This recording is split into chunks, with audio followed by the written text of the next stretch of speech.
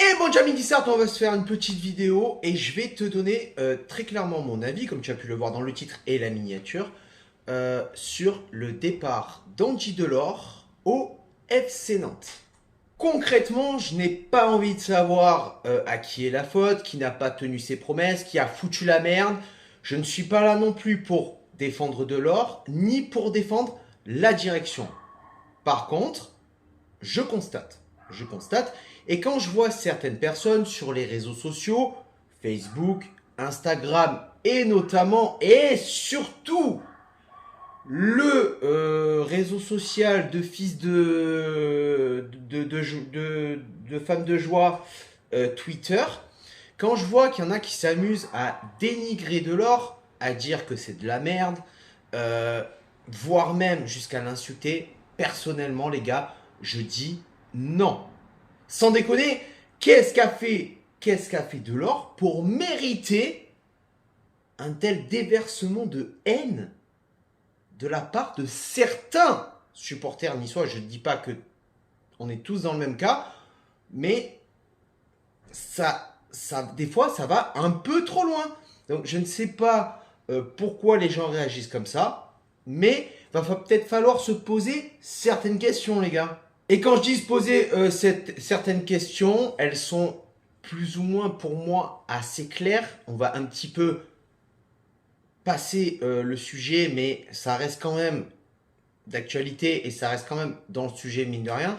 Mais quand tu vois que la direction n'arrive pas à garder ses meilleurs éléments, notamment Amin Gouiri ou encore Walter Benitez, oui, parce que je l'ai toujours là, je l'aurai toujours là et je pense que ça ne passera jamais. Quand tu vois qu'on n'arrive pas à garder des Andy Delors, des Mario Lemina ou encore, plus haut, des Christophe Galtier. Oui, parce que je reste quand même, tu le sais, fervent supporter du fait que Galtier aurait dû rester à l'OGC Nice, au moins pour cette saison-là, et en option peut-être la saison d'après, puisque c'était dans les termes du contrat de Galtier. Mais la direction l'a vu autrement.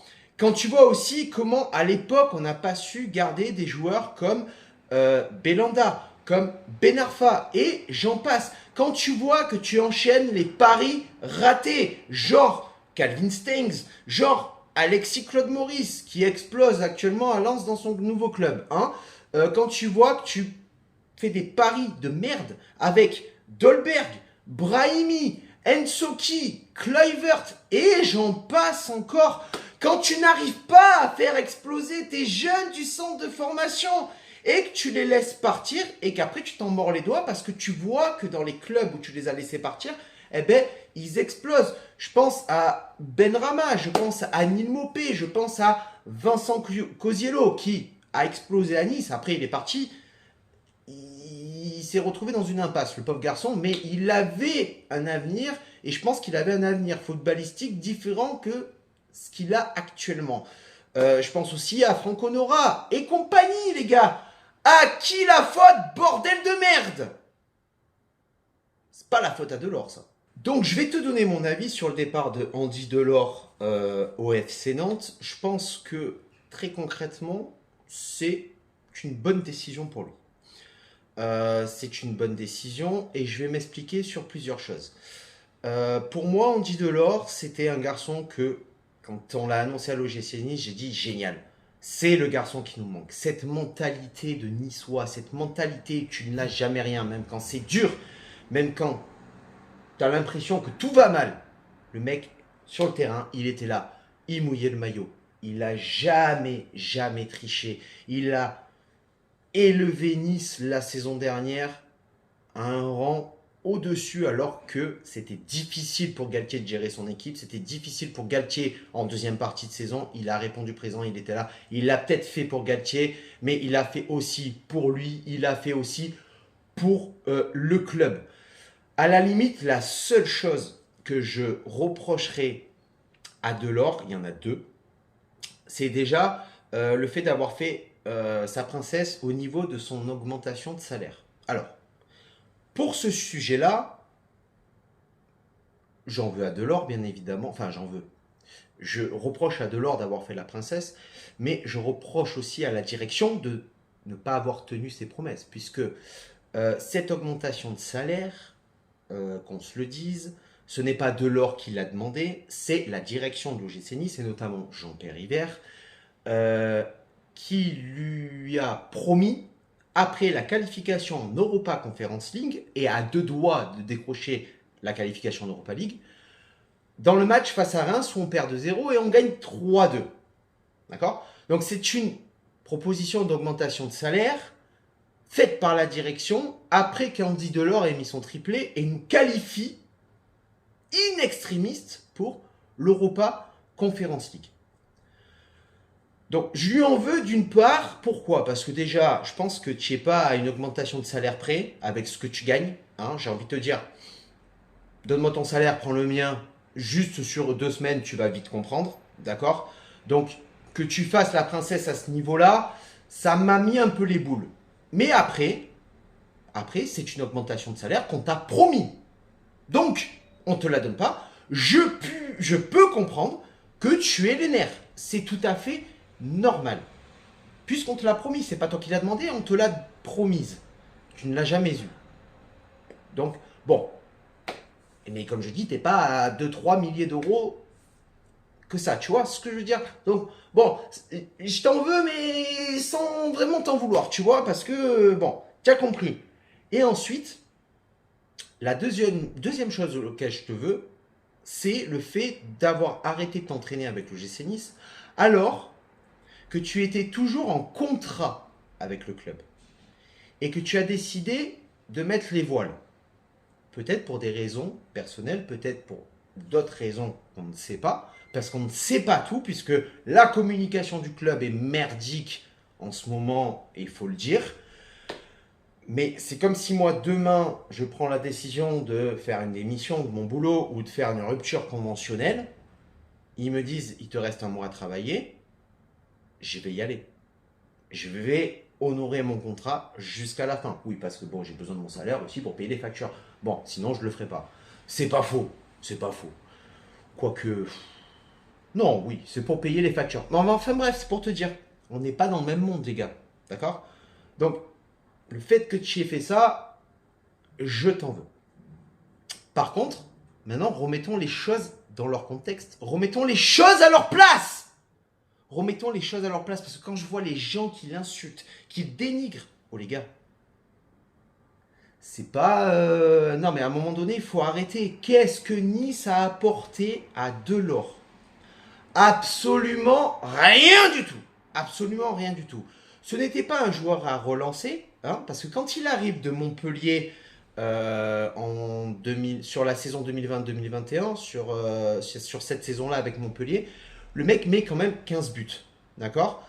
Donc c'est un joueur qui est vieillissant, c'est un joueur qui arrive très rapidement ou très doucement, comme tu veux, sur sa fin de carrière. Le mec met 15 buts avant de venir à l'OGC Nice avec Montpellier, sur la dernière saison. C'est un joueur, malgré son âge, qui est en pleine bourre. Qu'est-ce qu'il a à prouver en venant à l'OGC Nice? C'est pas un joueur à relancer, c'est pas un joueur où tu fais un énième pari, c'est un joueur dont tu as besoin de par ses qualités techniques, de par son sens du but, de par le fait que c'est un renard de surface. Certes, tu peux aller dans ce sens-là. Qu'est-ce que Nice lui a apporté? Nice lui a apporté ses premières participations en Europe. Effectivement. Mais est-ce que c'est pas aussi le fruit de son travail? Est-ce que c'est pas aussi le fruit de sa persévérance avec Nice, hein? Nice lui doit l'Europe, mais il n'a jamais abandonné. Il n'a jamais abandonné. Et Nice lui doit l'Europe. Andy Delors doit ses premières participations à Nice en Europe, mais c'est son travail. C'est sa persévérance. Il n'a jamais abandonné. Il a travaillé pour avoir sa place de titulaire à l'OGC. Il a dû faire ses preuves, alors que Andy Delors, quand tu vois ce qu'il a fait à Montpellier, je pense que c'est un garçon qui n'a pas besoin de faire ses preuves en vrai. Tu vois ce que je veux te dire, hein? Il a tout donné. Il avait cette mentalité qui nous manquait à Nice. Il nous offre l'Europe et maintenant tu vas l'insulter. Faut pas oublier que si on décroche l'Europe même si c'est la C4, c'est la coupe à Mickey, c'est la coupe à ce que tu veux, ça reste une compétition européenne. Et si on n'avait pas eu de l'or dans l'équipe, bander tous les jeudis soir, hein, en phase de poule, et bander prochainement au mois de mars un jeudi, tu l'aurais pas eu sans Andy. Après que son départ te donne un goût amer, et tout le reste, ça je peux comprendre. Que tu sois dégoûté, ok, je peux le comprendre. Mais il va falloir mettre un nom sur les vrais fautifs et ne pas s'en prendre à une seule personne. Quand je te dis que la direction n'arrive pas à garder des joueurs style Walter Benitez, Amine Gouiri, Andy Delors, Mario Lemina, Christophe Galtier, qu'on n'arrive pas à faire de nouveaux paris gagnants comme avec Justin Kluivert, avec Calvin Stengs et compagnie, qu'on n'arrive pas à faire exploser nos jeunes de centre de formation, faut pas s'en prendre à Andy Delors. Andy Delors n'a rien à voir avec tout ça. Il a fait un choix et il le dit lui-même sur sa dernière publication Instagram. Je suis arrivé dans un but précis avec un projet bien précis. Ce projet a changé. Il faut demander des explications à la direction. Mais apparemment, selon Gisolfi et Jean-Pierre River, ils sont très clairs et ils sont très sereins sur le projet. Ils savent où ils vont et ils savent où ils veulent aller. Ça fait quand même 3 ans qu'on nous dit ça. Ça fait 3 ans que ça ne change pas. Donc à un moment donné, il va falloir arrêter de s'en prendre à Andy Delors. Andy Delors n'est pas le mot de tout ce qui se passe actuellement dans le club. Donc, parce que je vais te dire un truc très simple. Si ça avait été Favre qu'on avait attaqué, comme on a attaqué Andy Delors, oh mon Dieu, mais on se serait pris les foudres. On se serait pris la foudre. Hein, comme moi qui ai toujours dit, Favre, le retour de Favre, c'est pas une bonne solution. C'est pas ce qu'il faut. On l'a vu. Alors après, faute à qui? Bien évidemment, toujours pareil, il faut trouver un fautif. Mais il faut le trouver. Je dis pas que Lucien Favre est le seul fautif dans ce naufrage où on n'a plus aucun capitaine sur le bateau. Mais Andy Delors n'est pas non plus le fautif sur tout ce qui se passe au sein du club. Pour terminer cette vidéo, par rapport au choix du club, donc le FC Nantes. Bon, pour moi, personnellement, peu importe le club où il va, je m'en bats les couilles. En vrai, très concrètement, je m'en fous. Déjà, il ne va pas à Marseille. Donc c'est pas mal. Peut-être que le FC Nantes aussi, c'est un choix peut-être personnel d'Andy Delors. On ne sait pas. Peut-être un choix tactique. Il joue encore l'Europa League. Alors certes, contre la Juventus de Turin pour le prochain tour. Notamment c'est 16e ou 8e de finale, je ne sais plus. Il joue la Juventus de Turin. La Juventus de Turin, bon, tu le sais, j'ai un tatouage, donc tu sais que je suis supporter de la Juventus de Turin. Donc évidemment, dans ce match Nantes-Juventus aller-retour, je serai pour la Juventus. Je te le dis honnêtement, j'en ai rien à foutre. J'assume mes choix. Mais tu joues l'Europa League. Donc déjà, il quitte un club qui joue l'Europa Conference League pour un club qui joue l'Europa League. Alors après, certes, sur le niveau du classement Ligue 1, Nantes est plus en difficulté que nous. Ça flirte un petit peu avec la relégation. Le championnat n'est pas fini non plus. Ensuite, très concrètement, je pense qu'il n'a pas besoin de prouver pour être titulaire dans ce club. Hein, et puis pour lui, de toute façon, il est en fin de carrière, donc c'est peut-être un nouveau challenge d'aller pas se relancer, mais d'aller, on va dire, concrétiser, conforter, réaliser peut-être quelque chose qu'il n'a pas réalisé avec Montpellier, avec Toulouse, avec Nice, avec tous les clubs par lesquels il est passé. Donc le choix du FC Nantes, personnellement, j'en ai rien à foutre, je m'en fous. Il aurait pu choisir Clermont, il aurait pu choisir Brest, il aurait pu choisir Angers. Avec tout le respect que j'ai pour ces clubs-là, c'est pas la question.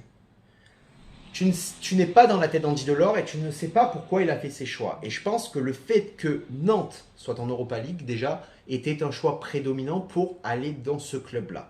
Donc, à un moment donné, stop. Le FC Nantes est inférieur à nous, le FC Nantes ceci, le FC Nantes cela. Basta.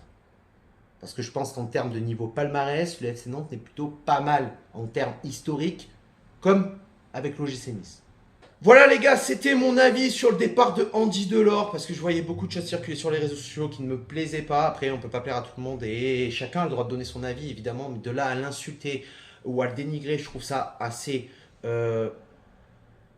saugrenu, tu vois. Oui, terme qu'on n'utilise plus depuis 1686 à peu près. Mais en tout cas, la seule chose que j'ai à dire à Andy Delors aujourd'hui, c'est merci pour tout, papa. Tout simplement. Tu nous as apporté l'Europe. Tu m'as fait vibrer la saison dernière. Un peu moins cette saison, mais tu m'as fait vibrer la saison dernière.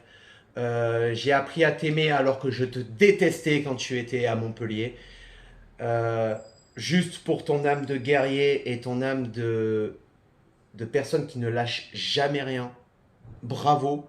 Et je te souhaite tout ce qui peut t'arriver de mieux dans ton nouveau club et du mieux pour la fin de ta carrière. Sur ce, les gars, ciao viva, la Bayeta et Issa Nissa.